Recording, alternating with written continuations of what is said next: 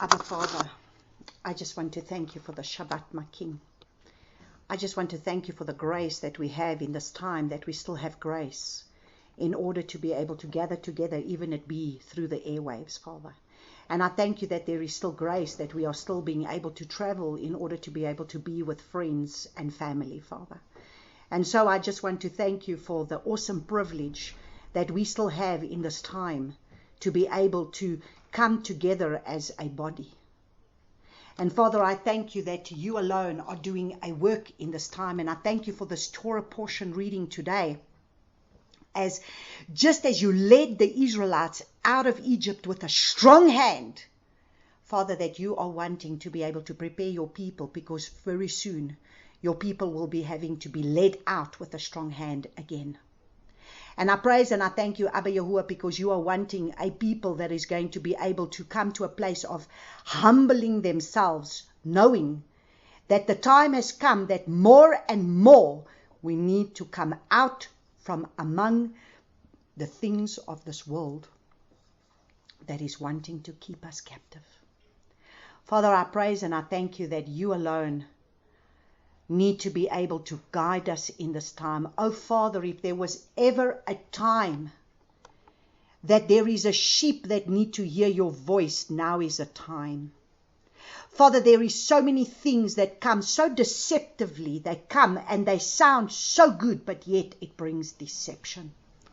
And that is why you've given us the foundation of your word. The Torah that you have given us is the foundation for us to be able to have guidelines, for us to understand what it is that is important to us. Because if we do not have Torah, how do we understand your set apartness? How do we understand what sanctification is? How do we understand what holiness is to you? And yet you tell us, be holy as I'm holy. And so, Father, as we are drawing to a time now, as we're coming to an end of coming to the last few chapters of the book of Deuteronomy, for us to understand that now the things once again is being told them what is important, what is it that is set apart unto me, what is it that I need you to do, and purge the evil out of your midst. And Abba, let that be something that we will be able to understand today. That we are to purge the evil out of our midst.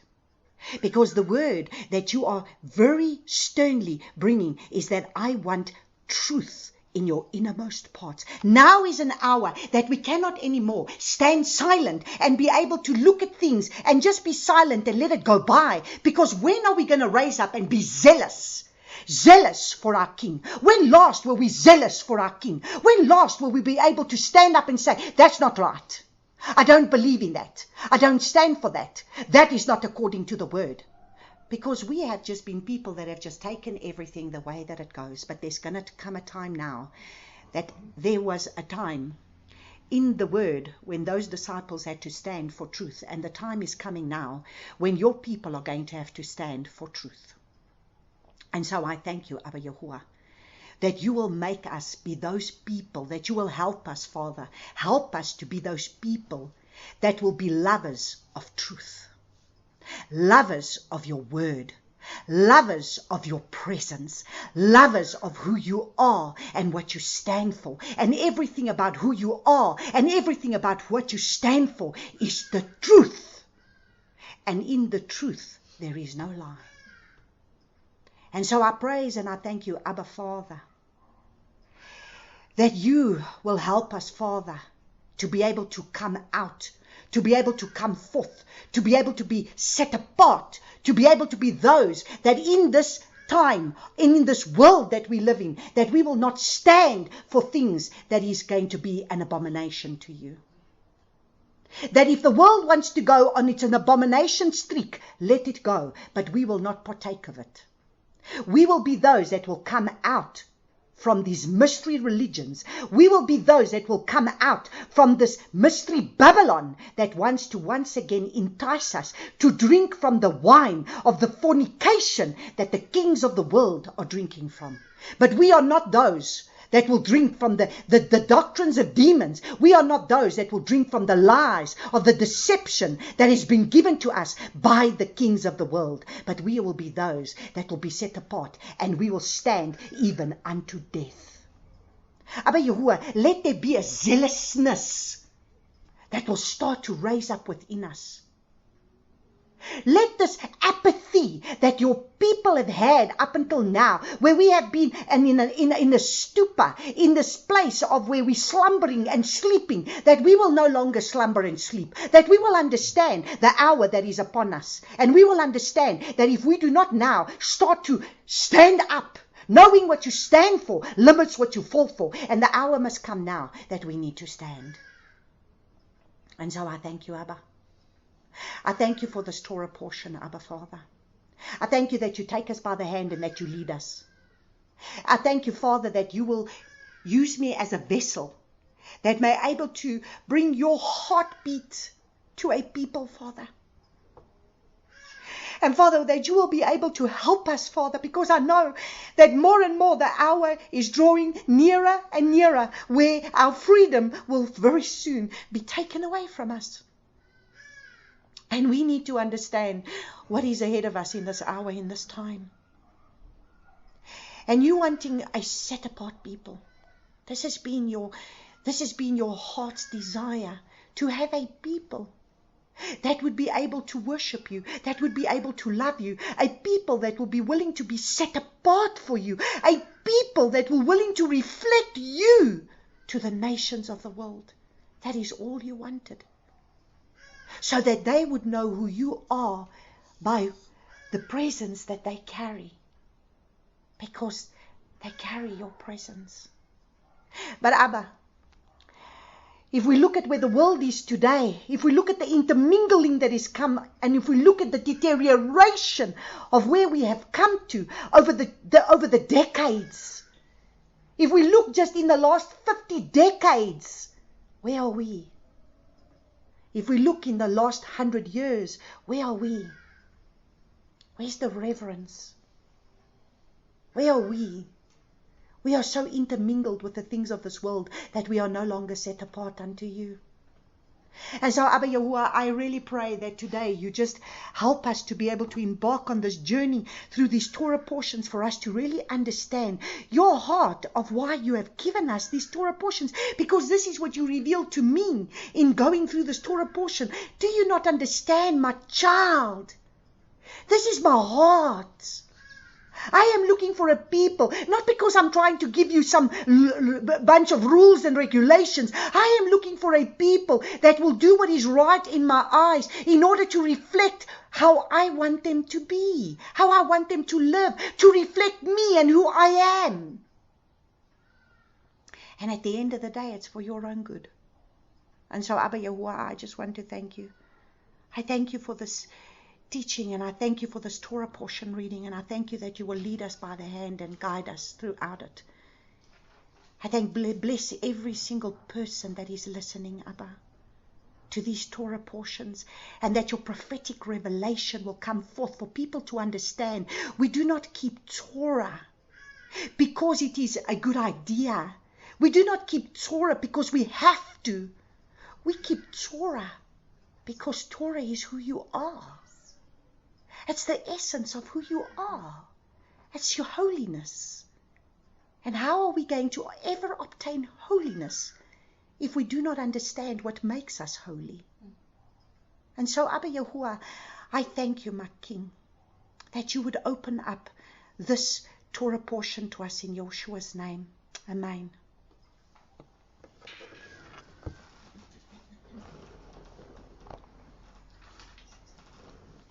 Oh my goodness, you know what, the prayer is just about giving you the Torah portion already. That's what the Father's doing this morning. Because this was really my experience. Working through this Torah portion was really my experience.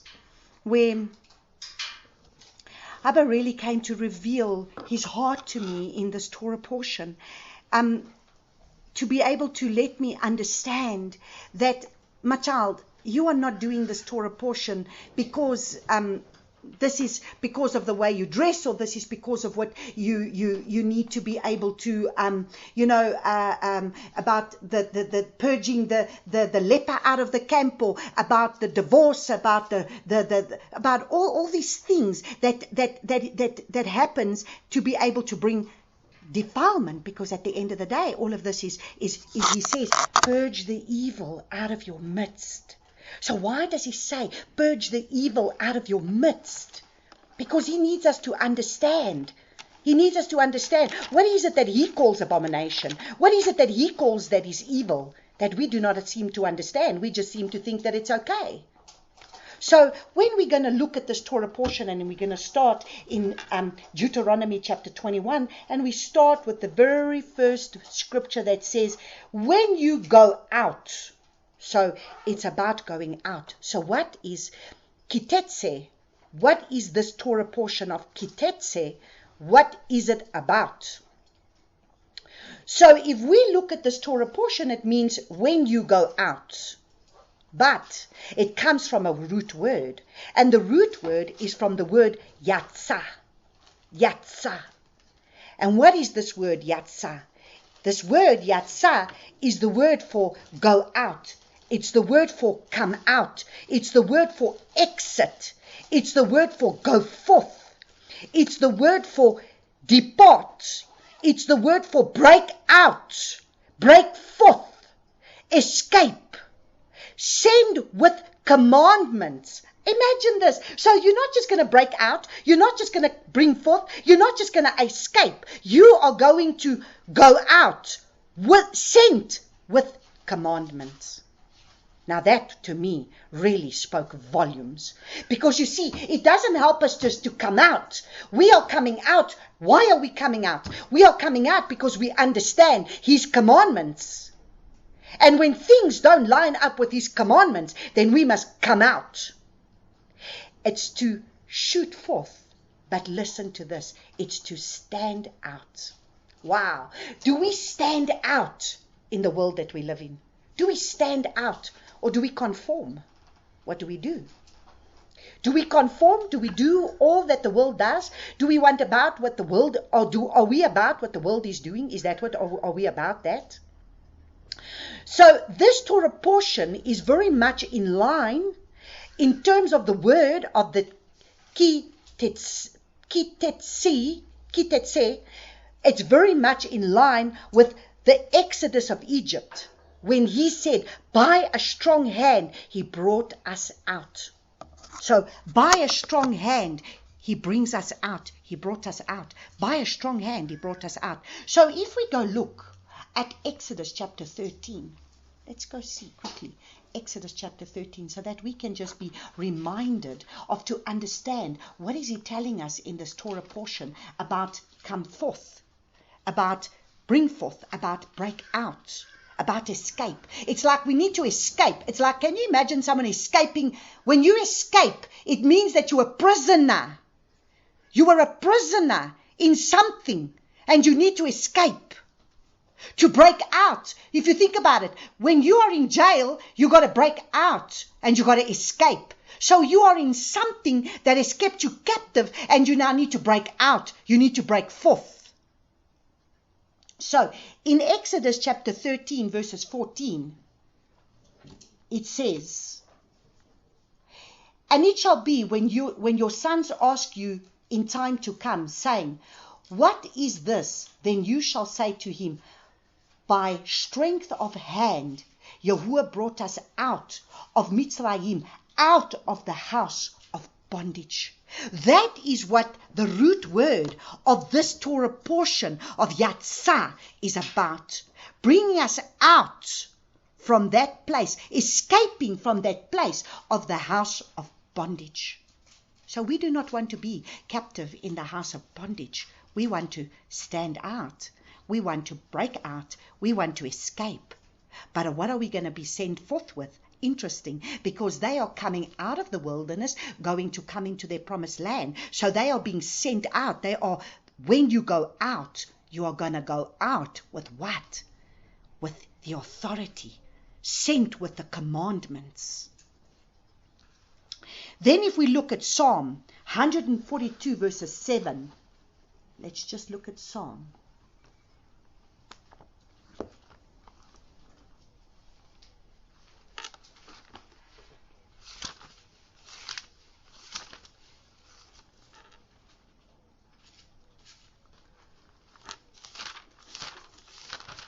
Psalm 142 verses 7, and it says, bring my being out of prison. Bring my being out of prison to give thanks to your name.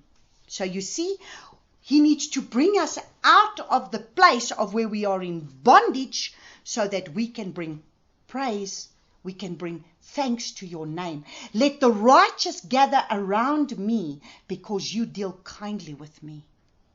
So you see, eventually the righteous will dwell together because we need to understand we are preparing ourselves. You need to hear me clearly. We are preparing ourselves for once again to come into a second Exodus. A second Exodus is coming. We need to understand we are preparing ourselves for a second Exodus because very soon we are going to be in a time of when it's going to get very hectic. I just found out this morning that a message has come out where all the doctors were gathered together, where they are speaking now that by next year there will be forced stings that are going to be put upon us. So we are going to be forced to receive this venom from the enemy. Now you must understand something. We do not want no venom in our bodies. Thank you. We don't want venom in our bodies. We are not going to have no venom sting. We do not want no sting. We do not stand for no sting. And nobody's going to come and bang on my door because I'm going to be there. Father is going to make sure that we are going to come out from among them. And this is what we need to understand. We need to prepare ourselves to go out. You need to prepare yourselves to exit. You need to prepare yourselves to depart. You need to prepare yourselves to be able to break out. But you see, the breaking out is already breaking out of the mold that we find ourselves in. So let's go look at our Torah portion as we continue to read from verses 18. Verse 20, so it says from verse 10, we go out to fight against your enemies, and Yahuwah your Lord shall give them into your hand, and you shall take them captive. So you see, we are not to fear what the enemy is going to do. We are needing to understand that the Father is the one who's going to go before us, and he's going to give the enemies into our hands. In the fact that we do not need to fear what this enemy is wanting to bring in our midst, because the Father is the one who will go before us. So if we look at verses from verse 18, let's look from verses 18. It says, when a man has a wayward and rebellious son, who is not listening to the voice of his father or the voice of his mother, and who, when they have disciplined him, does not listen to them, then his father and his mother shall take hold of him and bring him out to the elders of the city, to the gate of the city.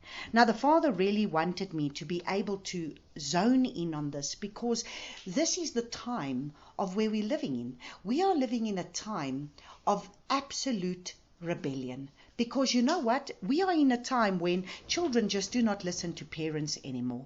And we need to understand that this is the Torah. This is what was spoken. I mean, can you imagine?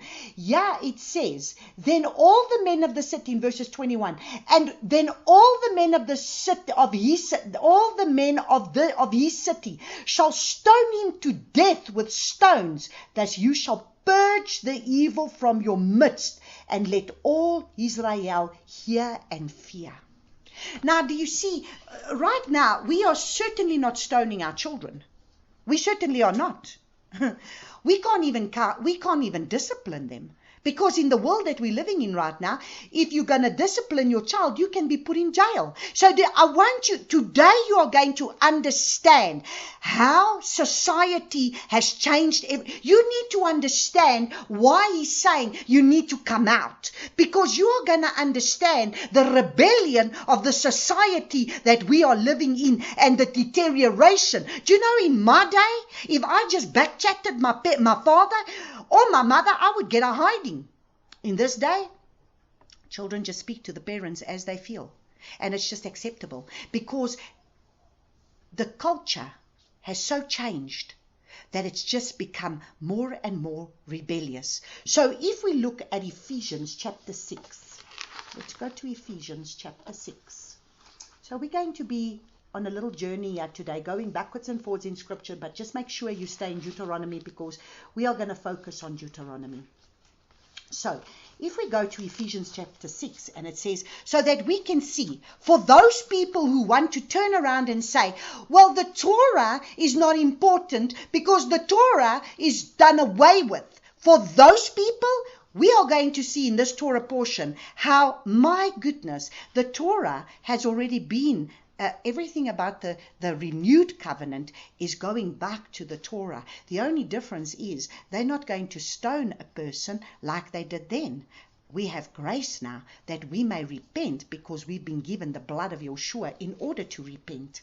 So it says children in Ephesians chapter 6. So see if it's still important, because in Torah it's telling you when you've got a rebellious child, you need to discipline him. Now listen to what it says. Children, obey your parents in the master, for this is right. Respect your father and your mother, which is the first command with promise, in order that it might be well with you and you might live long on the earth. Now, do you see how many young people die in car accidents? How many young people die in this day and age? And I have to ask myself, what is their relationship towards their parents? Because this word says that you are to respect your father and your mother in order that it might be well with you and you might live long on the earth. So do you want to live long? If you want to live long, you need to respect your mother and your father. Now, I mean, you know what? I'm not talking to just children here. This was talking to me because I know that me, you know, when we get older, we seem to think that our children need to become, our parents become children and we become the parent.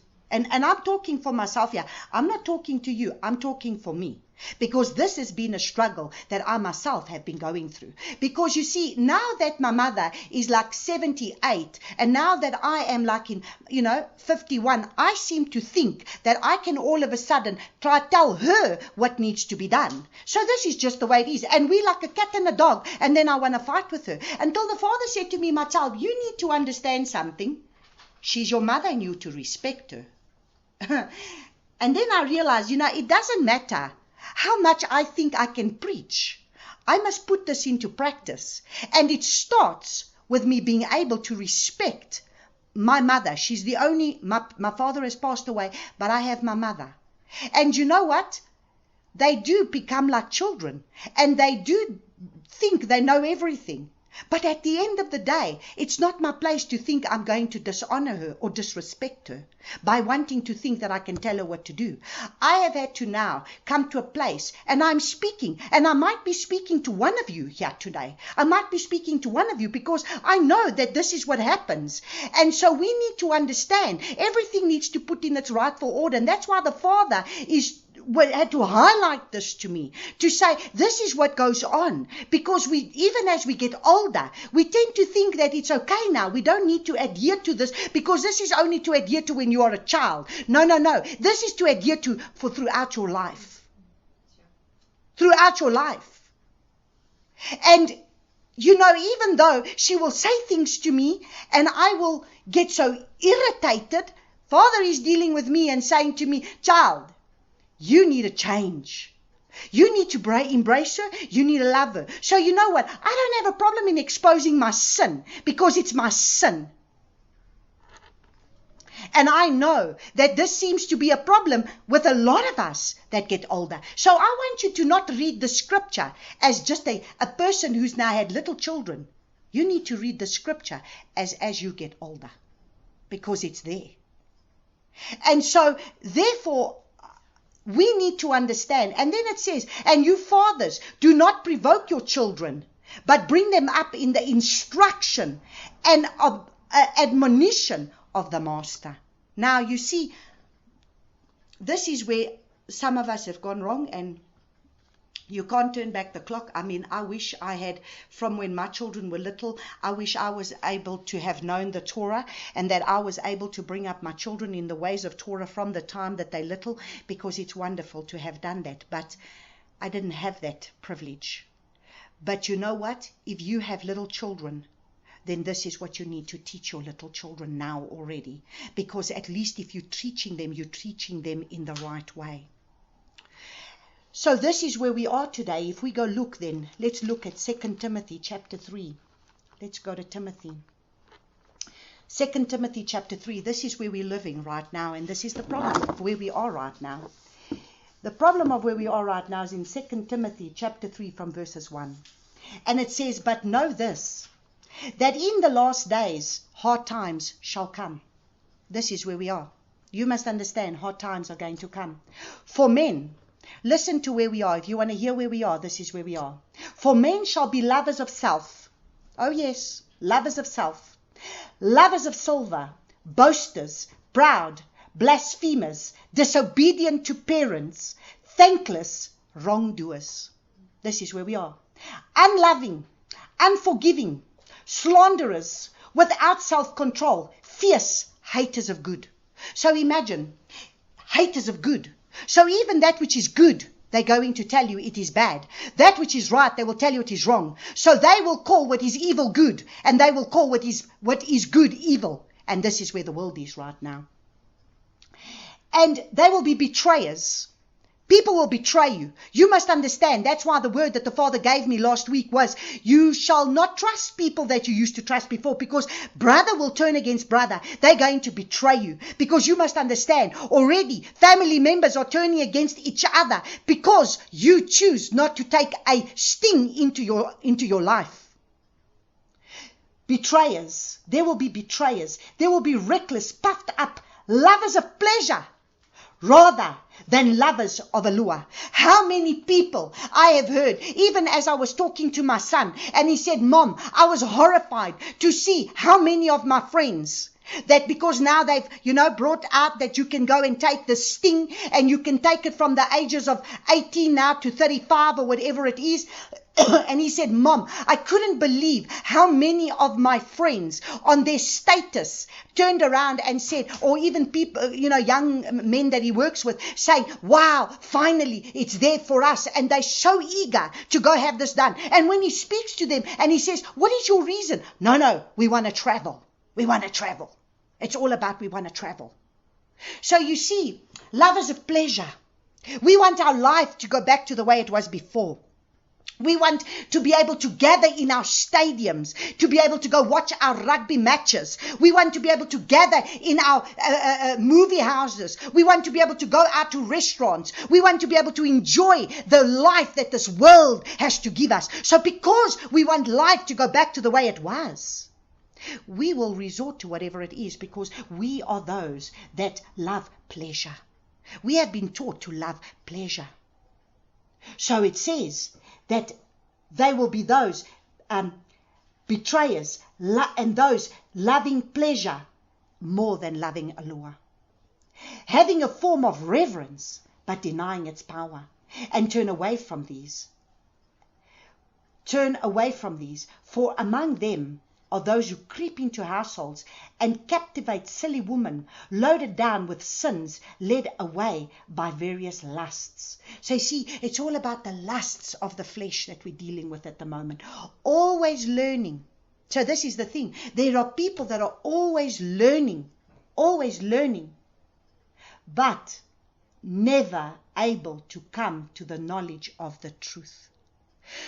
So the day of constantly learning is coming to an end, because we need to be able to start to apply.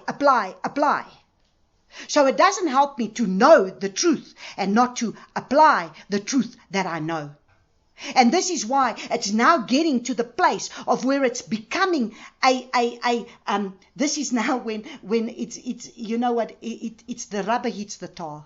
The rubber hits the tar now. You see, he wants truth in our innermost parts. He's saying, child, where you got away with this before, I'm not going to allow you to get away with it anymore.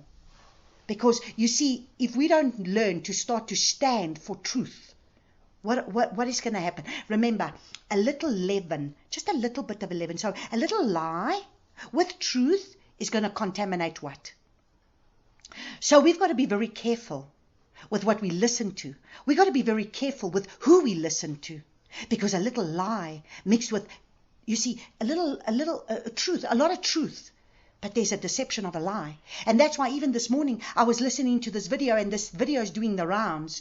And there's this woman speaking about a sheep and how a sheep will be able to be stung by, to be bitten by a snake.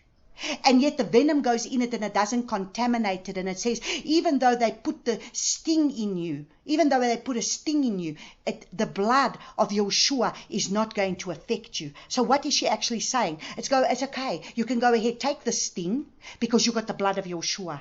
Oh my goodness. You see, a little leaven leavens the whole bunch. So what is, in actual fact, this thing is going out, doing the rounds to say, well, the blood of Yeshua, go and do the sting. Take the sting, because the blood of Yeshua is going to protect you. Well, I say to you today, do not put Abba Yahuwah to the test. Do not put him to the test. Hasatan also said, jump from this building and the angels will catch you. Do not put him to the test. And we've got a guard for these things. So in Deuteronomy, let's go back to Deuteronomy chapter 21. Deuteronomy chapter 21, let's go back in verses 22. It says, and when a man has committed a sin worthy of death, then he shall be put to death, and you shall hang him on a tree. You are going to see today how Yeshua was judged by Torah. Torah. He lived Torah. And Torah, at the end of the day, was the very thing that the Pharisees and the Sadducees, they judged him by the Torah, for us to understand that the significance of Torah. And when a man has committed a sin worthy of death, then he shall be put to death, and you shall hang him on a tree. And that is how Yeshua was hung on a tree. Let his body not remain overnight. There you see, they took him down straight after. It says, let his body not remain overnight on the tree, for you shall certainly bury him the same day. Is that not what they did with our Messiah? The same day. For he who is hanged he who is hanged is accursed of a lure, so that you do not defile the land which Yahuwah your lure is giving you as an inheritance. Do you see how he became the curse for us? Wow. One who hangs on a tree becomes the curse. He becomes cursed. It says one who dies and is hung on a tree becomes the curse. So do you see how he became the curse for us? To be able to now come and set us free. Never did we actually understand. I didn't really understand. How did he become the curse for me? But when I read Torah, I see he that hangs on a tree was cursed. And therefore, his body gets taken off on the same day. And he became cursed so that we can be set free. He took that curse upon his body to set us free. So when we look at Deuteronomy chapter 22 verses 5, now we've got to look at this scripture, because you see, we are going to cover now a few things in this Torah portion. Is really just going to be a repeat of what we went into intense study in Leviticus. And in Deuteronomy chapter 22 verses 5 says, a woman does not wear that which pertains to a man, nor does a man put on a woman's garment. For whoever does this is an abomination to Yahuwah your Elohah. Now, I had to go look at this word, abomination. Abba just said, go look at abomination. And this word, abomination, is tu abba. And this is what he means by abomination. He says it is a disgusting thing. Imagine, Father is saying that this is disgusting in his eyes. It's a disgusting thing. It's an abomination. It's abominable. It's detestable. And he loathes it. Very strong words. This is very strong words. Yet this is once again what the fallen angels have brought. Once again, this is what the fallen angels have brought. Do we look like a woman? or do we look like a man? Do men look like women, or do men look like a man? What are we doing? He says, do we dress like a woman or like a man? Now, when I was working through this, I said, oh, my Father, you already knew what was going to come so many thousands years later, when there was even going to be a range of clothing that was going to be made by a very famous person in the world. This Celine Dion, who everybody just loved, who has turned as evil as what you can get. To be able to bring out a range of clothing for children that you can choose to look like a little boy, even though you're a little girl. And you can look like a little girl, even though you're a little boy. And you have the right to choose. And then even in her clothing range, she shows you in a maternity that there's no pink or blue. You can just be equal. And that there's no distinction between male and female. You have the right to choose who you want to be. So then you'll get important people, just like a Jodie, what's her name?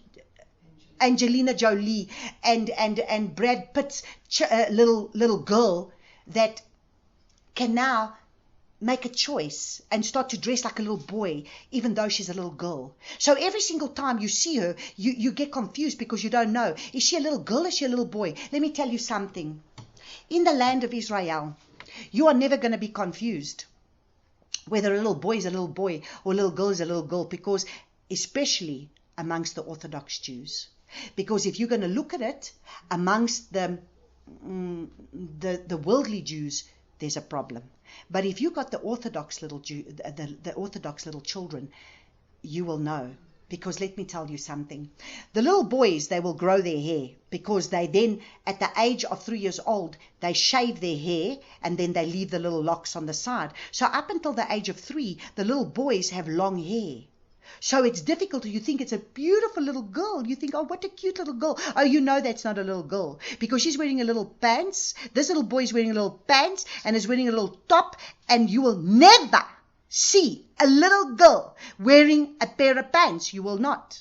You will not. And if she's wearing a little pair of pants, she's always got a little dress over it that is going to make it look like it's covering the pants, so that it covers. It's not going to be this thing that we are going to be wearing. Oh my goodness. Now, in this day and age, I just put my hands on my head and I say, I want to put the hands on my eyes and say, Father Yahuwah, please, you want to cover.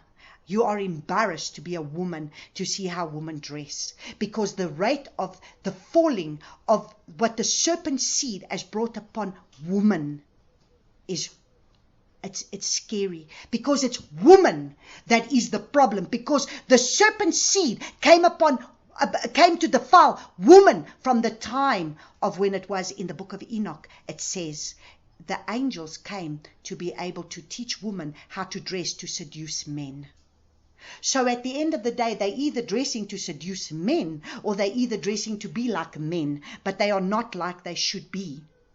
And this is where we need to, today you need to understand the fall of mankind, the fall of the deterioration. Now, I want you to do yourself a favor, because this is what the Father said to me a while ago already. My child, look and see, from when did women really start to wear pants?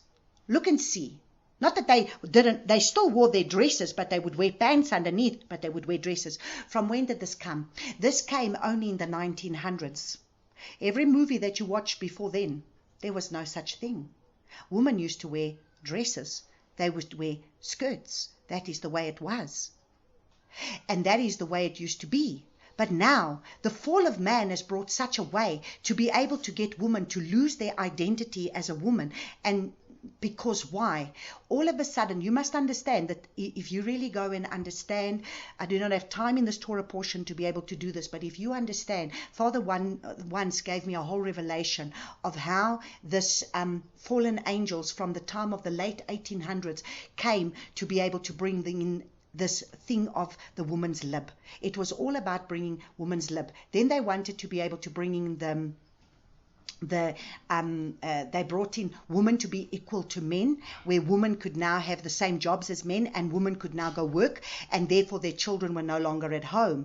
And now women no longer want to be able to, they brought in contraceptives so that women can now not have to bear children, but they can now go and work and be like men. And you need to understand, this has all been part of the satanic plan that has happened on the earth for the last more than 100 years, that this has come upon the earth. And so Father already knew what was going to be there, and that's why Father was wanting to bring this to say there's going to come a time that they're going to call what is good evil and what is evil good. And now you don't even know the difference, because you can't judge anything. Just like you can't discipline your child, you can't judge this lifestyles that these people choose to have. So they can be transvestites and they can dress up in whatever they want. These men are transvestites, dressed up like women, and I mean, it's acceptable because this is the fallen world that we live in. And Abba is saying, this is an abomination to me. This is disgusting. It's a disgusting thing. It should never have taken place, because he wants women to still look like women. He doesn't want there to be a fall. And now you will get women that wear pants that are not even pants. They're like things that become like their skin, and it leaves nothing to the imagination. And this is how women want to dress. And then they portray everything to men, and all these men purring over them, and they are drawing unto themselves nothing but lustful sexual spirits. What are we doing? Where have we fallen from? But you know, if you speak up against this, it's a problem, because everybody gets their back up and they want to rebel. Well, you know what? This is his word. And we are going to have to make a decision that we need to be set apart. And are we going to conform to what the world is giving us, or are we going to be set apart? Who do we want to be? And this is the question. Who do you want to please? Do you want to please yourself? Do you want to please the society? Or do you want to please the Father? Who do you want to please?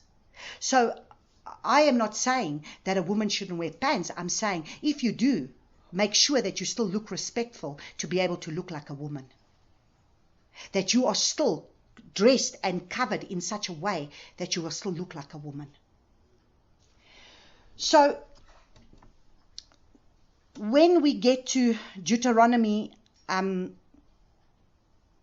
let's go look at Deuteronomy chapter 22, verses 9.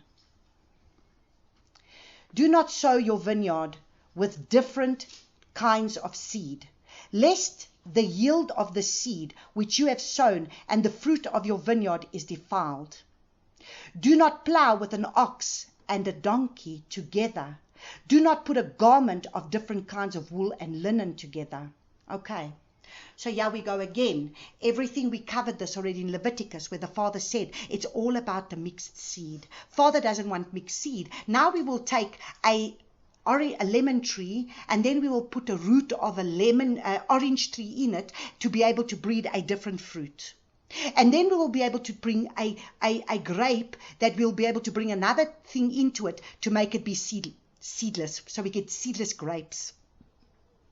And if we look and see where we stand today in terms of what he's told us from the beginning, that we are not to mix seed, he does not want anything to be mixed. Father doesn't like mixed seed, finished. He doesn't want the mixture. And the reason why he said, I do not want you to wear linen and wool, is for you to understand linen has 100% frequency. Wool has 100% frequency. If you're going to put them together, it's going to give an adverse effect on your body. And so you must understand, Father is not saying that you cannot wear, for example, a linen piece of cloth and then you got a piece of lace on it or whatever. That's not what he's saying. He's saying is they actually take the clothes and they take the texture of it, the textile of it, and they mix it. They're mixing all these things. And these are the things that he never wanted to happen. And that is why he's saying this is where people have made an abomination of his things. And this is what's going on. And so for us to understand, we are living in a fallen world right now, that everything is about mixed seed.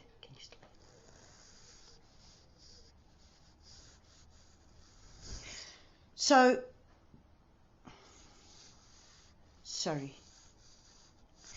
for us to understand that he doesn't want this mixed seed, that we always want to mix the truth with a lie, and this is what the devil has done. We need to understand that from the time of Genesis, this is what happened. Truth mixed with a lie. It's mixed seed.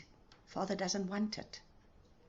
Now we look at verse 12. Now in verse 12 he says, make tzitzits, make tassels. Those tassels is tzitzits. Make tzitzits on the four corners of the garment with which you cover yourself. So we looked at this in detail when we were in Numbers chapter 15, but let's go look at it again. Let's go look at Numbers chapter 15, because in Numbers chapter 15 we can look at in detail here what the Father was really saying about the tzitzits and what is the significance of the tzitzits. He's saying in Numbers chapter 15 from verses 37, it says, and Yahuwah spoke to Moshe, saying, speak to the children of Israel,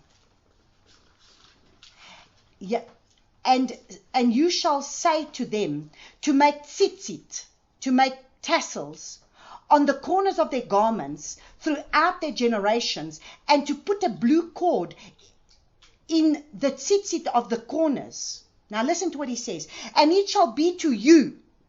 So it's for you to understand. This is not about other people. This is not about you trying to wear tzitzits to impress everybody else. This is about you. And it shall be to you for a tzitzit, and you shall see it, and shall remember all the commands of Yahuwah, and shall do them, and not search after your own heart. So let me tell you something. If you are wearing tzitzits and you put tzitzits on, you are not going to chase after your own heart. You are not going to do your own thing. You are going to abide by his commands. You are not going to search after your own heart and your own eyes, after which you went whoring. So we need to understand that tzitzit is there as a reminder that we are not to be prostitutes for the Father, that we are going to be obedient to him, that we're not going to go after whoring after the things of the flesh and the things of this world. So those tzitzits is a reminder to us as part of our covenant to say, the fact that I put these tzitzits on, you know, a lot of people want to sometimes argue with me because some people will wear them outside and they wear them and other people do not wear them. To me, the important thing is, are you putting them on? Do you wear them? Because it's not about the whole world having to see it. This is about you putting this on for the Father, reminding yourself that you are in covenant with him. Now, yes, there are those that want to wear them on the outside. I am not going to argue about whether you want to wear them to show everybody or whether you don't. What is important here is saying that it's for you to be reminded that you are in covenant with him. And for you to understand that your eyes, that you do not search after your own heart and your own eyes after which you went whoring. So there was a reason for you to have put those tzitzits on. Those tzitzits as a reminder to you. And for us to remember that when we put those tzitzits on, you know, in the morning, that we will be reminded to say, Abba Yahuwah,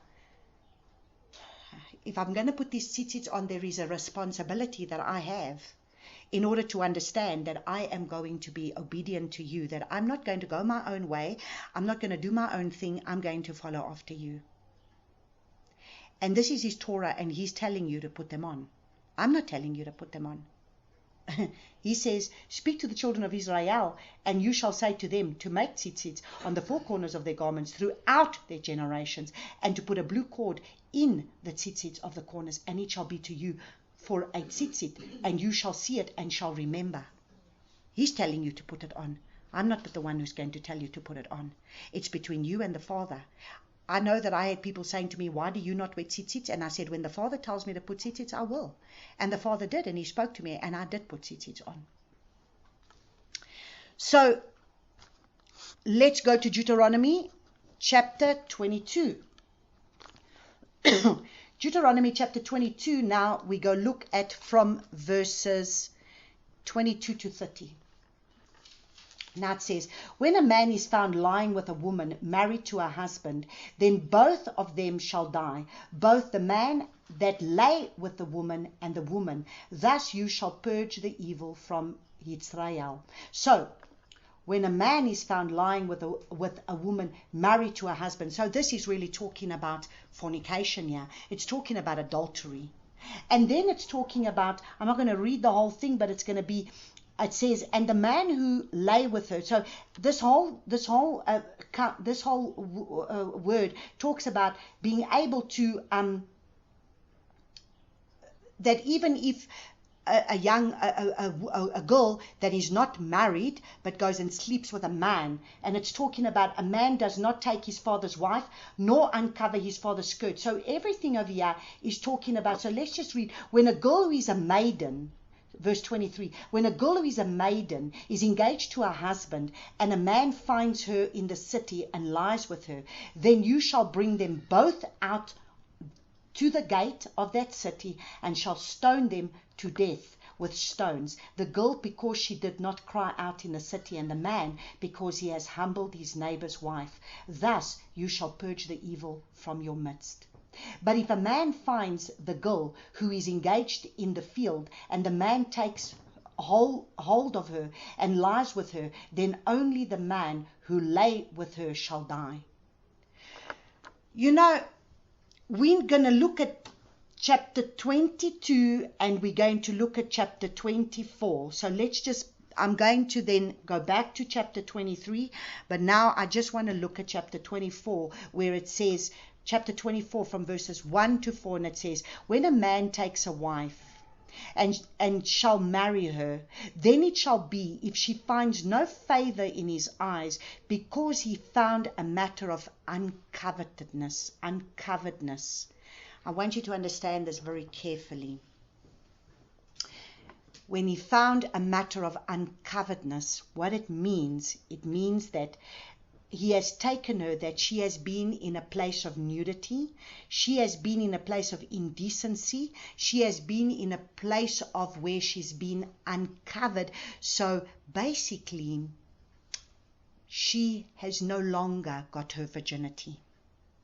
She is now already been slept maybe with another man, and now he finds out that on their wedding day, because this is hectic, because if you're going to read of here, and it says that when they would come together, they would have to show the family, after they've been together and they've come into covenant, that they would have to show the blood on the sheet to be able to show that the woman was a virgin.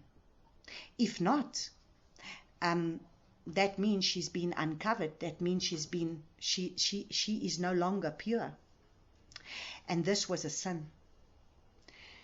Now, if I go back to today, and I go back to where we are today, to find a virgin in this day and age would be almost like finding a needle in a haystack. So once again, we need to understand, I am going to show you here where the Father is trying to show us how far have we fallen from the generation that was from the beginning. I mean, I know in my culture, being Portuguese in my culture, which really comes from the Jewish culture, it was absolutely, if a Portuguese man was to be able to find a Portuguese girl, he would go to a Portuguese club, and there he would go find these young Portuguese girls that would be virgins, set apart, because these girls were not allowed to go to all these clubbings and things like that. They would have to be set apart virgins. But if a boy knew that a girl was already uncovered in the fact where she had maybe gone off with another boy, nobody would want to marry that girl, because she was already now uncovered. She's no longer a virgin, which means she's no longer pure. So this would become a problem. And this is why, because we had Torah, even though we didn't know about Torah, this was passed down already, because this is what the Bible would say, that this was what needed to be. We needed to keep the sanctity of our bed. We needed to keep the sanctity of our bodies. We needed to be set apart. And in that day, if the man was to uncover the girl, they both would be put to death, because he sinned and she sinned. But nowadays, it's just like, it's the done thing. Oh my goodness, it's all about sex because this is what they've done. This is what the fallen angels have done. They give you billboards that show naked people. They give you adverts that show naked people and all about sexual things. You cannot see a movie that it's not about, they come home together, they have coffee and they come home and immediately they have to sleep with one another. They're not even going to marry one another because it's the done thing to do. So there's no such thing as being the sanctity of the virginity that needs to be there, that to be able to say you will be set apart. That's not there anymore. Because that in our culture would be, what? Are you for real? That's not even done anymore. But you see, we need to be able to understand this is the Torah, and this is what was there from the beginning, to be able to give us set apart ways to be able to live in a set apart way. Father wanted us to be set apart. Father didn't want us to be a bunch of fornicating people, a bunch of prostituting people, which is what we are today, defiled in every way, because we can't even find young people now. They are now teaching our children in the schools from the ages of 6 and 7 how to be able to be sexual, so that eventually when they get to the ages of 9 and 10, they've already been defiled. And I say to myself, my Father, where are we going? But you see, this is all part of the plan of the enemy. Let's make them so defiled that they can be despicable to themselves. And this is what we need to understand. So now we go look and we go see. It says in Deuteronomy 24, it says, he finds that there is a matter of uncovetedness in her, and he shall write her a certificate of divorce and put it in her hand and send her out of his house. And if she left his house and went and became another man's wife, and the latter husband shall hate her and write her a certificate of divorce and put it in her hand and send her out of his house, and when the latter husband dies, who took her to be his wife, then her former husband who sent her away is not allowed to take her back to be his wife after she has been defiled, for that would be an abomination before Yahuwah. And do not bring sin on the land which Yahuwah your Elohim is giving you as an inheritance. So we see this thing right from the beginning. It started already with the fact that this woman was unclean. And now it's like she gets married and then he puts her away, and then she gets married and then he puts her away, and so it is. And now we take the scripture and now think that it's okay to be able to just divorce and remarry and carry on with this because it's accepted. But we need to understand Yeshua has come to be able to bring us a different law. And so we are going to look at Matthew chapter 5 from verses 17. Let's go to Matthew chapter 5, because we need to understand what is being spoken of here, for us to understand that there's been an uncleanness. And you know what? We understand we live in a fallen world, and this is where we are right now. We live in a fallen world, and because we live in a fallen world, these things are just acceptable. And what happens is when corruption comes in, it just deteriorates and deteriorates. So what was acceptable before, even in Christian homes, where it was to discipline your children, spare the rod and spoil the child, now in the Christian homes, they do not want to discipline the children by being able to bring a rod, because it's a different way now. No, we speak to the child, and we're going to reason with the child. Because everything is just deteriorating. So we look in Matthew chapter 5, and we're going to look at, to understand what Yeshua has done. Let's just look at Matthew chapter 5 from verses 17, and it says, "Do not think that I came to destroy the Torah or the prophets. I did not come to destroy, but to complete. For truly I say to you, till heaven and earth passes away." So when he says, I did not come to destroy, I came to complete.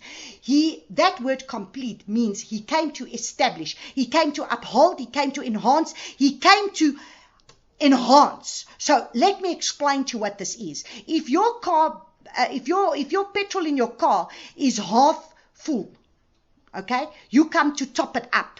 So you come to fill it up. So he came to fill up that which was maybe not 100%. He came to enhance it. He came to actually make it even better, if we can put it that way. He came to enhance. So he says, for truly I say to you, till heaven and earth pass away, not one yud or one tittle shall by no means pass from the Torah until all is done. So therefore Torah stands. He says, whoever then breaks one of the least of these commands and teaches men so shall be called least in the reign of the heavens. But whoever does and teaches them, he shall be called great in the reign of the heaven. So if anybody says to you, I don't care who they are, I don't care if it's the most top prophet that you can get, I don't care if it's the top apostle, I don't care who these people are. If they say to you that Torah has been done away with and it's been nailed to the cross and you don't need to keep it anymore, they shall be called least in the reign of the heaven. I don't care what work they do for the kingdom now. I couldn't care. Because they will be called least. Because this is what the Bible says. Because he says, not one yud or one tittle of this Torah shall be done away with. For I say to you that unless your righteousness exceeds that of the scribes, because, listen, let's go back again. Whoever then breaks one of the least of these commands and teaches men so shall be called least in the reign of the heavens. But whoever does and teaches them, he shall be called great in the reigns of the heavens. So it's not all your acts of all your things that you do. It's by you being able to observe what his word says that's going to make you make you great in the reigns of the heavens. Now, listen to what he says.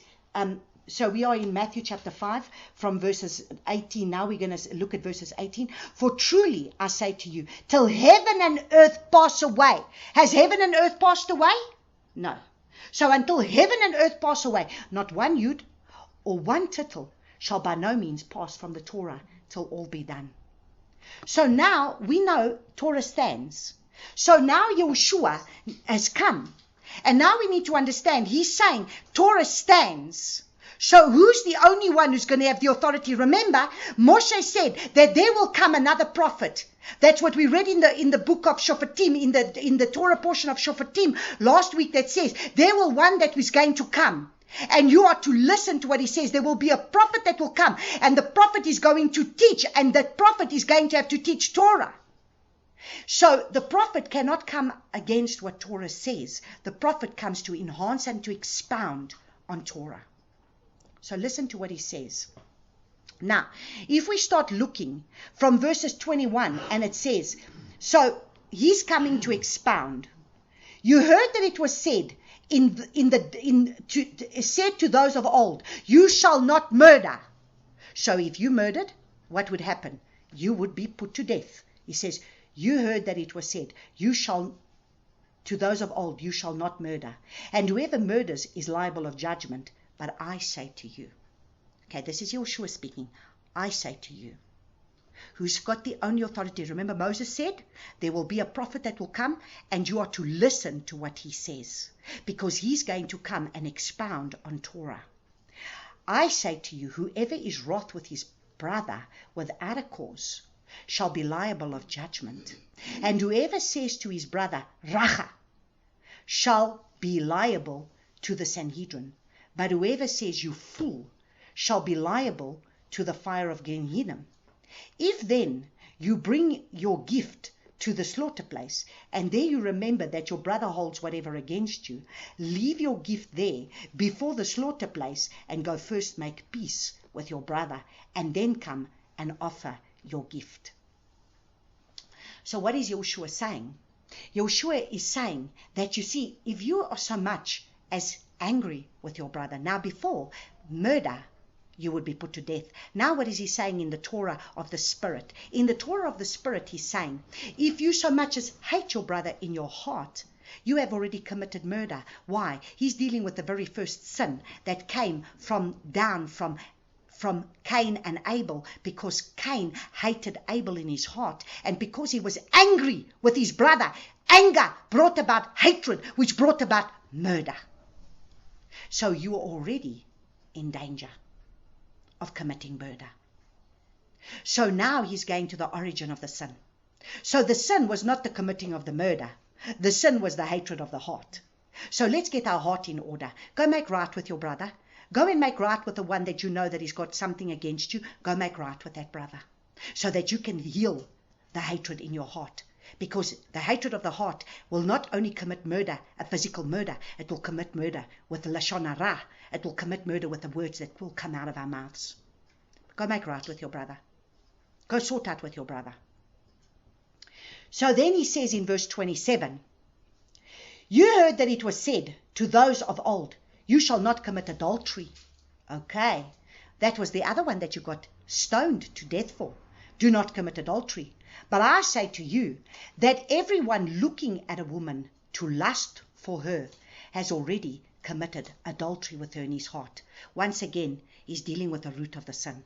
What was the root of the sin? The root of the sin was not the committing of the adultery. The root of the sin was what you were looking out of your eye. So he says, do not go look at those pornography things. Do not go look at those billboard things. Do not go look at those things in the TV that's going to be able to cause you to be able to sin. Because that is where the root of adultery will come. The root of adultery is not going to start where you just make up your mind to go and sleep with another woman. The root of adultery comes because you're looking after that. You're looking at that person and lusting for them and saying, oh wow, if I can just have that which is not mine.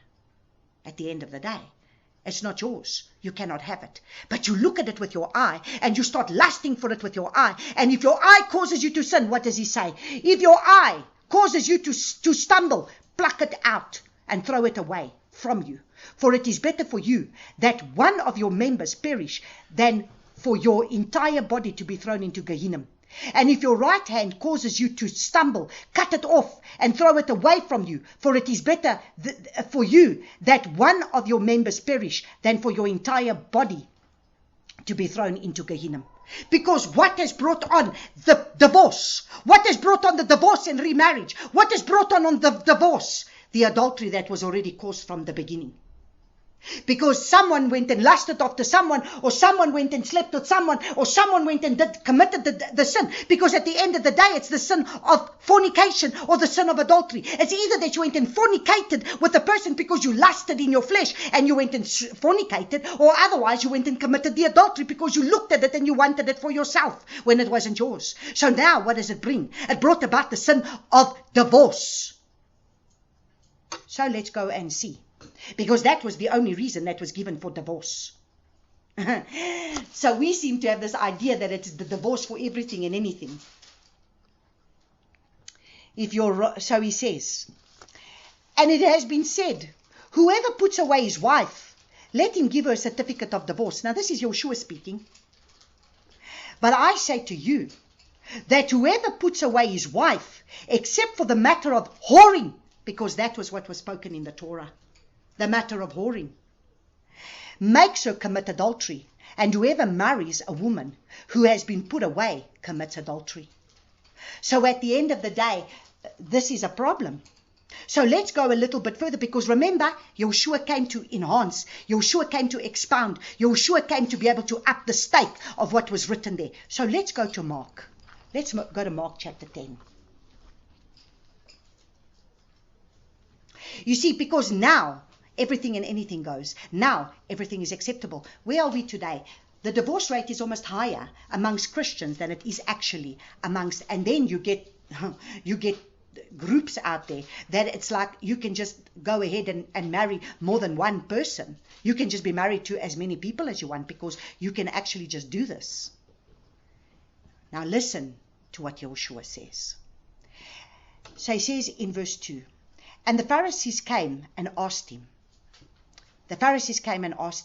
is it right for a man to put away his wife, trying him? And he answering said to them, what did Moshe command? And they said, Moshe allowed a man to write a certificate of divorce to put her away.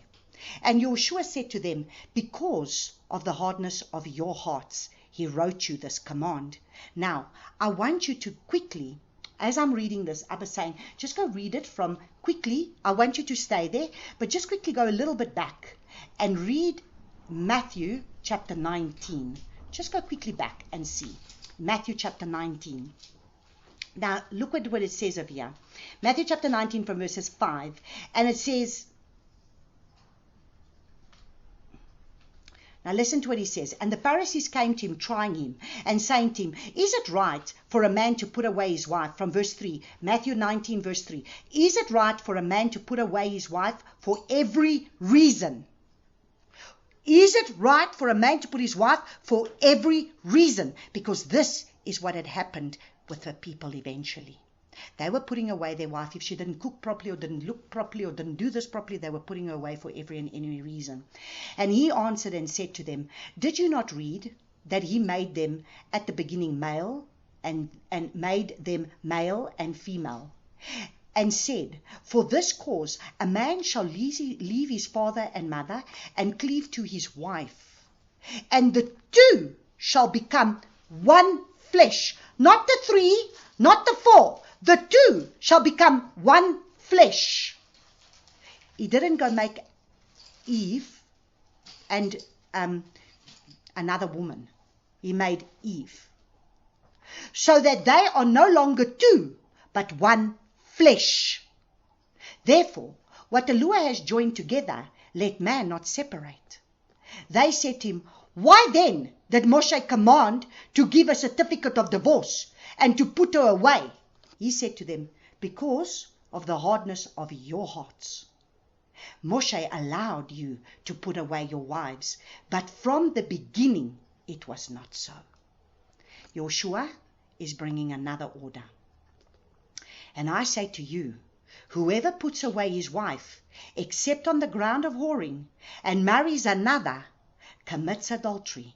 And whoever marries her who has been put away, commits adultery. His taught one said to him, if such is the case of the man with his wife, it is good not to marry. And he said to them, not all receive this word, but only those to whom it has been given. Now we go to Mark chapter 10, and let's read it again. And he says, and they said, Moshe allowed a man, from verse 4. So they said, is it right for a man to put away his wife, trying him? And he answering said to them, what did Moshe command you? And they said, Moshe allowed a man to write a certificate of divorce and to put her away. And Joshua said to them, because of the hardness of your heart, he wrote you this command. However, from the beginning of creation, Allah made them male and female. And for this cause, a man shall leave his father and mother and cleave to his wife, and the two shall become one flesh, so that they no longer two, but one flesh. Therefore, what Allah has joined together, let man not separate. So let not your certificate think it's going to separate. In the house of his taught ones asked him and about this again.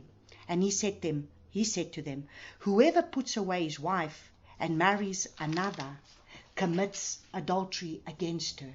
And if a woman puts away her husband and marries another, she commits adultery. So this is where Joshua is coming to be able to up the stake in what has been spoken here. And so even in 1 Corinthians, because many people then bring me 1 Corinthians, let's just go to 1 Corinthians chapter 7, verses 10 to 12. In 1 Corinthians chapter 7, verses 10 to 12, it says, and to the married, he says, to the married, he says, I command, not I, but the master.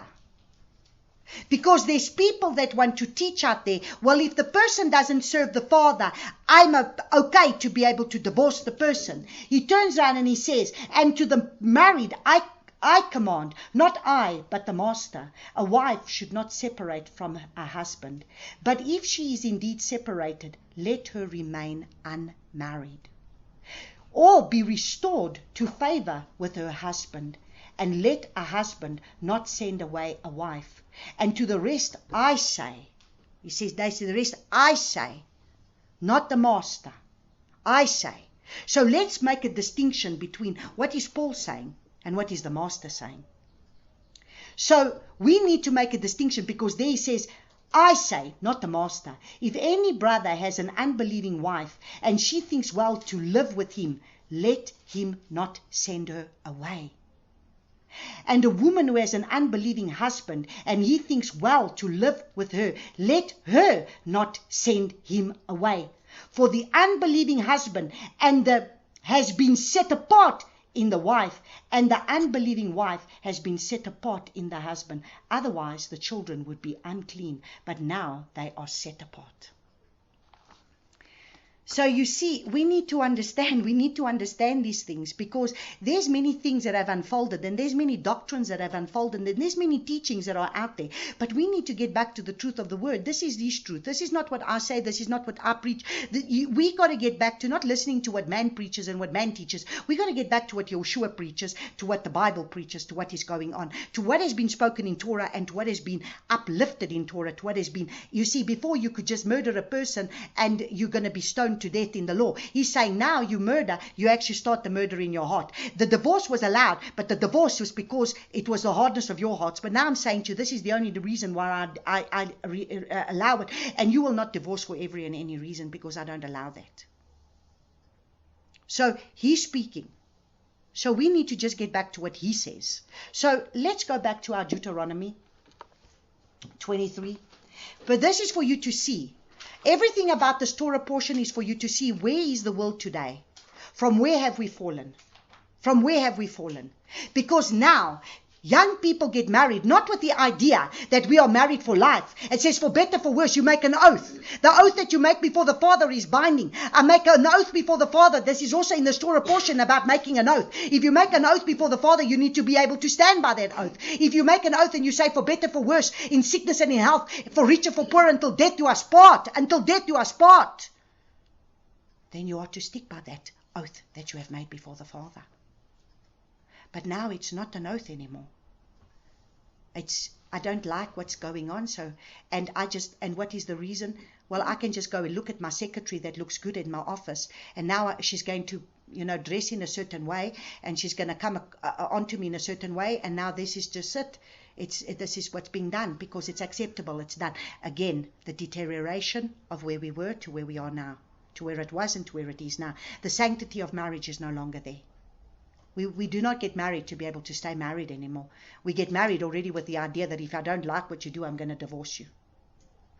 And this adultery just carries on. And where does it start with? It starts with the fornication before you even get married.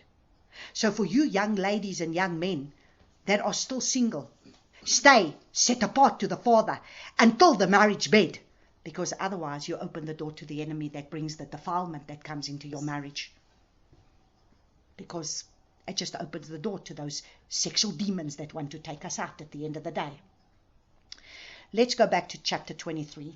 In chapter 23, verses 11, it says, I want to touch on verse 11, because it says, and it shall be at the approach of the evening that he bathes with water. So this is all talking about when a person is unclean and there is an immersion that comes out of you, or the person is unclean, especially with the men, that there was an uncleanness that's taken place. I am bringing this in for you to see, because there's many doctrines out there where people say that day begins at sunrise. And there's doctrines that people have actually started, that now they've come to the big revelation that Shabbat starts at sunrise, and Shabbat does not start at sunset on a Friday night.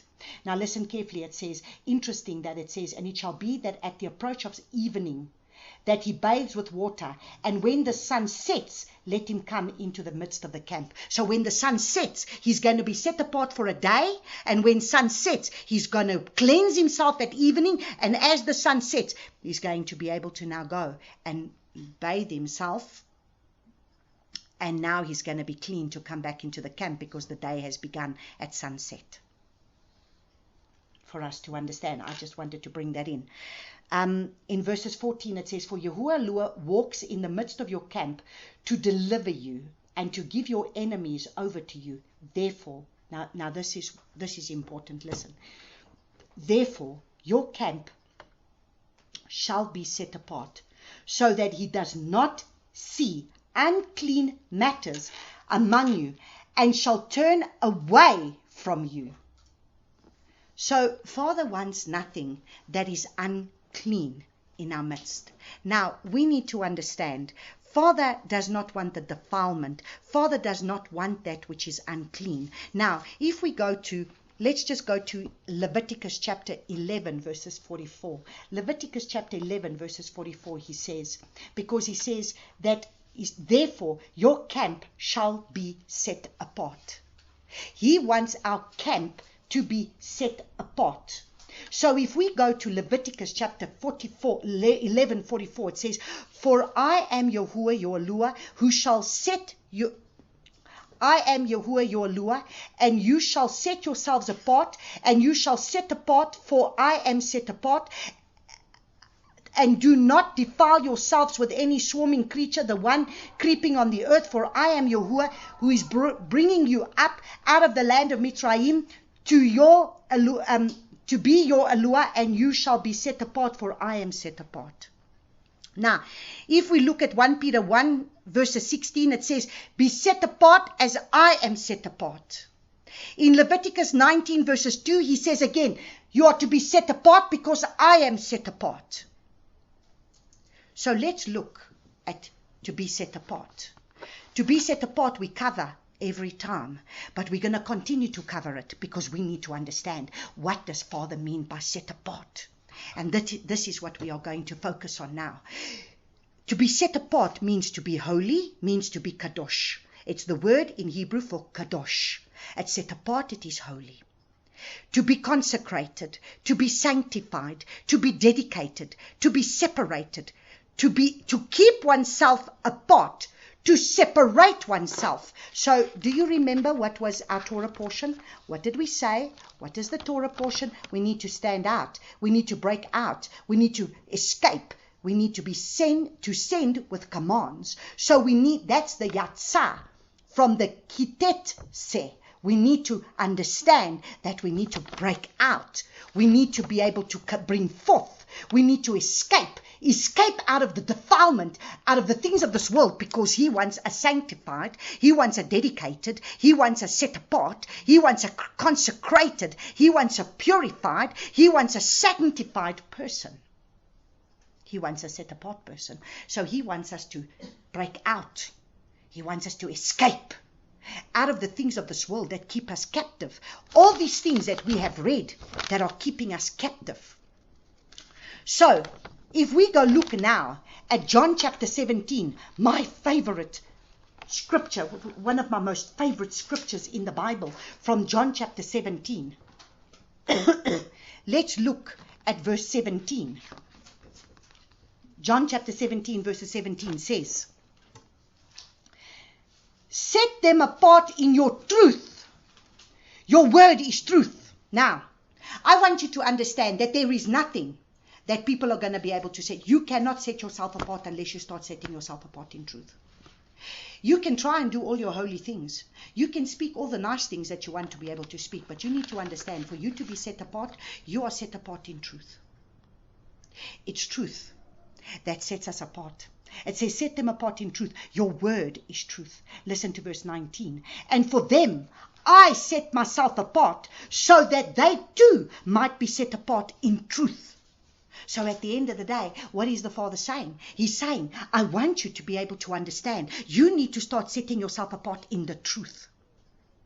Because it's only truth that sets you apart. This is again, yesterday I picked up when I was spending quiet time with the Father. I've filled up my one journal, so I went to go look for another journal. And so I was looking for a book, and I found a book that I had lying around of last year, and I looked inside it, and there again, I wrote a whole message about being set apart, bringing truth in your innermost parts.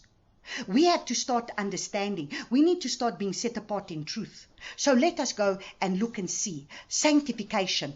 He wants us, because he says that to be kadosh, to be set apart, he says to be set apart as I am set apart. That means to be able to sanctify ourselves. That means to consecrate ourselves. So what is the sanctification? What is purification? Let's look at sanctification. The word sanctification means hagiosmos. Hagiosmos. That's the word in Greek. But the word in Hebrew is kadosh. It means to set apart. It means being set apart from all else. It means dedicated for Yah's use. The concept of holiness is derived from that, in that what is set apart unto Yahuwah. So listen carefully. It's the concept that which is set apart unto Yahuwah is not contaminated by the corruption of the world and its influence.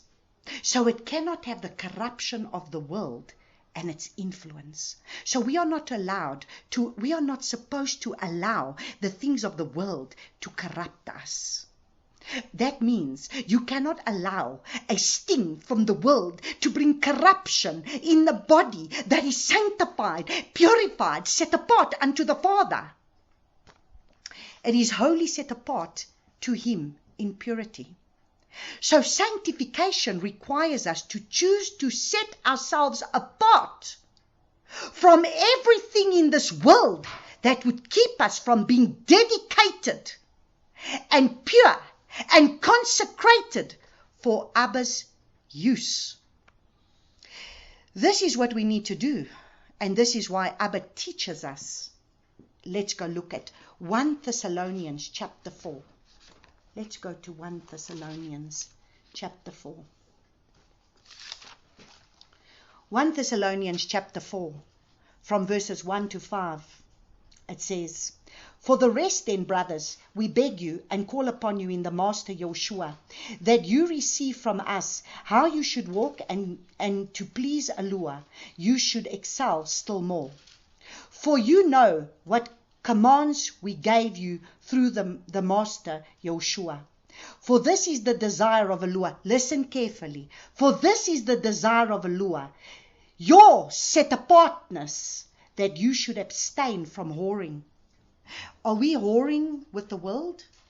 Are we prostituting with the world? Because He said, "Purge the evil out of your midst." You are not to have any whoring within you, among you.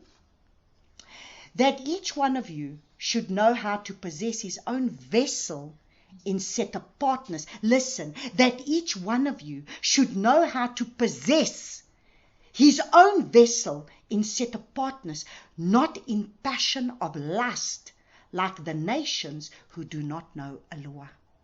So do we behave like the nations of the world that don't know Yahuwah? Or are we going to be set apart by the Father and allow ourselves to be able to be an example for Him? So let's go look at James chapter 1. Let's go to James chapter 1 from verses 21. And he says, "Therefore, put away your filthiness and overflow of evil." That's why he says, remove the evil from you. Purge the evil from your midst. How many times does he say in this Torah portion? Purge the evil from your midst. "Therefore, put away filthiness and overflow of evil, and receive with meekness the implanted word, which is able to save your lives. And become doers of the word, and not hearers only, deceiving yourselves." See, there's many people that want to, just like the Pharisees, they will know, they will tell you about the word. They say, do what they do, but don't follow what they do, because they don't live it. They speak it, but they don't live it. So there's many people that want to speak it, but they don't live it. Because if anyone is a hearer of the word and not a doer, he's like a man who looks at his natural face in a mirror. For he looks at himself and goes away and immediately forgets what he was like. But he that looks into the perfect Torah, that of freedom, and continues in it. See, he who looks into the perfect Torah, that of freedom, the Torah of Yeshua that has come to set us free, the Torah of the flesh, the Torah of the spirit of the word, the Torah that is not just the letter of the word, the Torah that is the spirit of the word, because we are now being led by the Spirit of Yahuwah to be able to put this word into practice. Not becoming a hearer that forgets, but a doer of work. This one shall be blessed in his doing of the Torah. Now look at what he says in verses 27. "Clean and undefiled religion before Eloah and the Father is this, to visit orphans and widows in their affliction, and to keep oneself unstained from the world." Understand, that's the clean and undefiled religion. So do you want clean and undefiled religion? Do you want to be clean and undefiled before the Father? Keep oneself unstained from the world. So we are going to look at, just quickly, at Leviticus chapter 25, verses 15 to 16, because I see the time is moving on. And in Leviticus chapter 25, as we just want to close off a little bit of this, the Torah portion. We look at Leviticus chapter 25. In Leviticus chapter 25, verses 15 to 16, it says, "You shall have perfect and right weight, a perfect and right measure, so that they prolong your days on the soil which Yahuwah your Lord is giving you. For all who does these and all who do unrighteously are an abomination to Yahuwah your Lord." So you see, all who do unrighteously. So are we doing righteousness before the Father? Do we keep the right scales? That was talking about the scales of being able to not, put ungodly scales. But is the scales that we have of the scales of where we judge ourselves, is that the judgment according to what the world is offering us? Or is it the righteousness of Abba Yahuwah? Do we do our judging within ourselves based on what the world is up to? And do we want to fit in with the world and look like the world and act like the world and do what the world is doing? Or do we have the scales that is to be able to, for all who do these and all who do unrighteously are an abomination to Yahuwah Elohah. So we are not to do unrighteously. So if we look again, I just wanted to quickly just look at Deuteronomy 25, verses 1 to 3, that we see again how Yahushua was judged by Torah. When there is a dispute between, so that he becomes the Torah in the flesh, do you understand? When there is a dispute between men, they shall come unto judgment, and they shall be judged. And the righteous declares righteous, and the wrongdoer declared wrong. And it shall be, if the wrongdoer is to be struck, and the judge shall cause him to lie down and be struck in his presence with the number of the blows according to his wrong. So imagine, the one who is judged is going to be struck with blows. Listen how many? 40 strikes he gives him, but no more, lest he strike him with many more blows than these, and your brother be degraded before your eyes. So Yahushua was struck with 40 lashes for our transgressions, to be able to deliver us with the 40 lashes, because he took the judgment upon himself. So do you see how Yahushua becomes Torah for us of the flesh? That he has fulfilled Torah in his flesh, so that he comes and brings us his way for us to walk now by the Ruach of Yahuwah. So let's just quickly look at Isaiah chapter 54.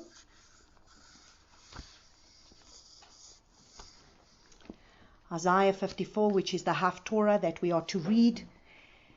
And it says, "Sing, O barren one, you who did not bear, break forth into singing, and cry aloud, you who have not been in labor. For the children of the deserted one are more than the children of the married woman, says Yahuwah. Enlarge the place of your tent." So you see, we must enlarge the place of our tent and let them stretch out the curtains of your dwelling. Spare not. Lengthen your cords and strengthen your stakes. Father wants us to enlarge our territory in order to be able to have more of his presence to be able to come within us. For you shall break forth. You see, you shall come out. You shall break forth. This is exactly what the Torah portion is about. You shall escape. You shall come forth. You shall be able to stand out. You shall break forth. You shall bring forth. You shall escape. You shall be sent out with commands. You shall break forth to the right and to the left, and your seed inherit the nations. Why? Because you shall bring up your seed in the ways of Abba Yahuwah, in his commands and in his Torah, and make the deserted cities inhabited. Do not fear. Do not fear, for you shall not be put to shame. Do not fear, for you shall not be put to shame nor hurt. You shall not be humiliated, for the shame of your youth you shall forget, and not remember the reproach of your widowhood anymore. So thank you, Abba Yahuwah. He's our husbandman. We have nothing to fear. We do not worry about what needs to come upon us. We have a husbandman. We have our Father who is in the heavens, who is the one who is going to be able to take care of us. For your Maker is your husband. Praise you, Abba Yahuwah. So even for all of those that are single, or even for all of those that are maybe been divorced and you are alone or whatever, your maker is your husband. Yahuwah of hosts is his name. And even for us that are in our relationships and we feel alone, and even for the one who's maybe husband or wife or whatever it is not on the same path as you, or you feel so alone in wherever you are, what does the Father say to you today? For your maker is your husband. Yahuwah of hosts is his name. And the set apart one of Israel is your Redeemer. So who's the one who's going to redeem you? Who's the one who is your husbandman? Who's the one that you got eyes for? Who's the one that you are waiting to be betrothed to? To your husbandman. He's your Redeemer. He's called the Lure of all the earth. For Yahuwah has called you like a woman, forsaken and grieved in spirit. So are we being grieved? Are we being grieved in spirit? Are we going through problems? Like a wife of youth, when you were refused, declares your Allure. For a little while I have forsaken you. So even though it feels like sometimes Abba has forsaken us, my Yah, why have you forsaken me? And so it feels like at times Abba Yahuwah has forsaken us. But with great compassion I shall gather you. So you see, mourning comes for a short period and then joy comes. So mourning is for the evening. Mourning just comes for a short time, then joy comes in the morning. In an overflow of wrath, I hid my face from you for a moment, but with everlasting commitment, I shall have compassion on you, says Yahuwah, your Redeemer. So you know what, even though we're going through things, even though there's difficulties going on in the earth, even our Redeemer hasn't forgotten us. Doesn't matter what's going to go on around us. Doesn't matter if 1,000 falls on my one side and 10,000 at my other. It shall not come near me nor my dwelling. My Redeemer lives. My Redeemer lives. For this is the waters of Noah to me, in that I was sworn that the waters of Noah would never again cover the earth. So have I sworn not to be wroth with you, nor to rebuke you. For though the mountains be removed and the hills be shaken, are you listening? Because this is the promise for us today. For though the mountains be removed and the hills be shaken, my loving commitment is not removed from you, nor is my covenant of peace.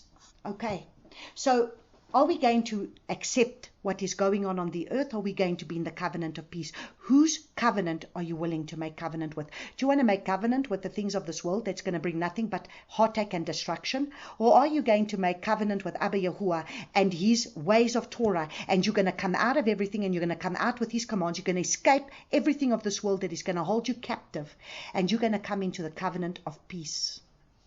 My covenant of peace shaken, says Yahuwah, who has compassion on you. Praise you, Abba Father. And so I just want to close off with a scripture that Father has given from 1 Timothy. 1 Timothy chapter 6.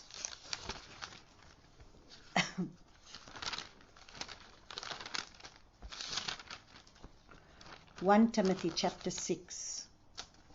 Let's read from verse 3. Because it's important that we need to understand, as there's great deception that's coming, and we need to understand, if anyone teaches differently, if anyone teaches differently and does not agree to the sound words of those of your Master Yeshua Messiah, and remember, Master Yeshua Messiah spoke and said, he has not come to do away with Torah. He has come to enhance, expound Torah. Not one yud or one tittle shall by no means pass from Torah until heaven and earth pass away. I haven't seen heaven and earth pass away, therefore it still stands. And to the teaching which is according to reverence. So if they're not giving you a teaching that is according to set apartness and in reverence, if it's not a teaching that is bringing you back to reverence, set apartness, he is puffed up, understanding none at all, but is sick about questionings and verbal battles, from which come envy, strife, slander, wicked suspicions, worthless disputes of men, of corrupt minds, and deprived of the truth. Deprived of the truth, because they have deception. They have truth mixed with lie. Who think that reverence is a means of gain. So actually, they want to set themselves apart for gain. So their messages is for gain. Withdraw from such. Withdraw from such. But reverence with contentment is great gain. For we brought naught into the world, and it is impossible to take any out. When you have food and covering, we shall be satisfied with these. But those wishing to be rich fall into trial and a snare. So you see, are we still chasing after the riches of this world? Are we still chasing after what the riches of this world have to give us? Because let me tell you, one of these days, very, very soon, you're going to have to leave it all behind. So whatever you're still trying to acquire for yourself of wealth in this world, if it's not going to be used for the kingdom, you are going to lose it. But those wishing to be rich fall into a trial and a snare, and into many foolish and injurious lusts, which purge men in ruin and destruction.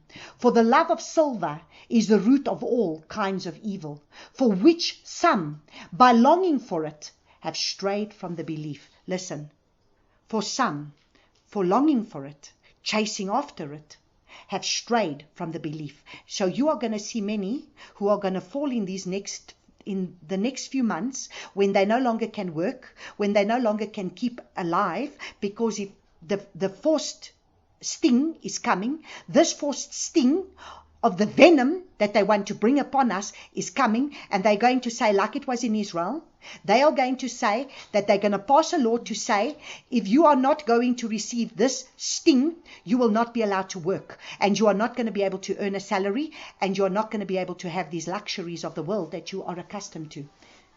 They are going to stray from the belief, because they're going to choose their silver and their gold above the Father, and pierce themselves through with many pains. So they're going to pierce themselves with many pains, because they are going to pierce themselves with a sting that's going to come, that's going to bring many pains. But you, O man of allure, flee from all this and pursue righteousness, reverence, belief, love, endurance, meekness. Fight the good fight of the belief. Lay hold on everlasting life, on which you were also called, and have confessed the good confession before many witnesses, in the sight of Elohim, who brings life to all, and of the Messiah Yeshua, who witnessed the good confession before Pontius Pilate. I charge you that you guard the commands spotlessly, blamelessly, until the appearing of our Master Yeshua Messiah. This is what he wants. Go out with the commands. Praise Abba Yahuwah. Thank you, Abba Father, for your word, my King. Thank you, Father, that we will be those that are going to escape. We will be those that will be sent forth. We will be those that are going to break out. We are going to be those that are going to break forth. We are going to be those that are going to stand for what you have said. We will be those that will not just break forth, but we will break forth with your commands. We will stand for your commands no matter what, Father. We will be those that will not bow down our knee to this world and this world system and the lusts of the world and the lusts of the flesh and the pride of life. But we will be those that will be willing to be like a Messiah that was willing to lose it all. He was willing to leave the riches of heaven to be able to come and dwell with us.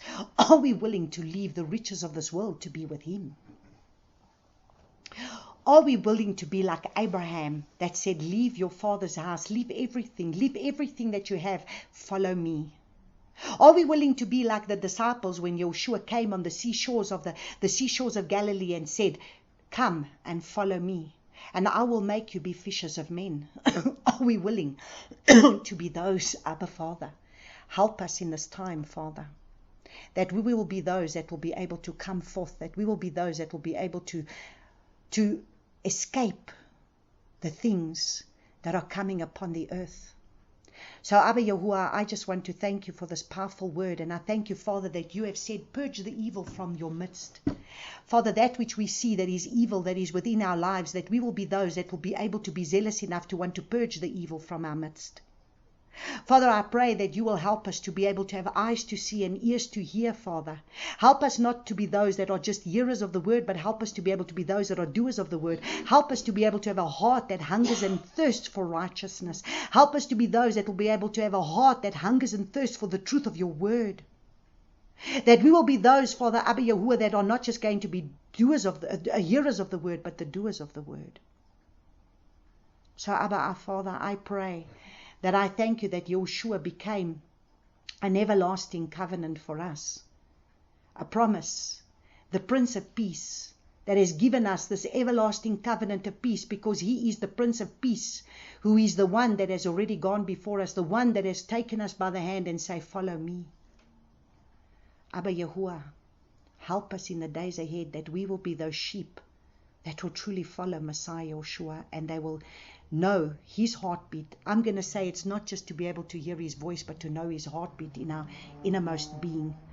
That it's that still small voice within us that is going to lead us and guide us in the ways that you have for us to go in the days ahead of us, as these days become darker and darker.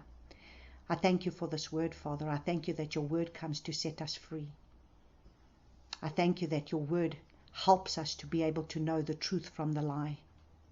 Give us greater discernment, Father. Increase within us discernment. But like you're saying to me right now, my child, how do you have discernment when you do not know my word? You need to know my word in order for you to know what's truth from the lie. So, Abba, Father, give us a hunger and a desire for more of your truth of your word. I praise and I thank you for this in Yeshua's name. Amen.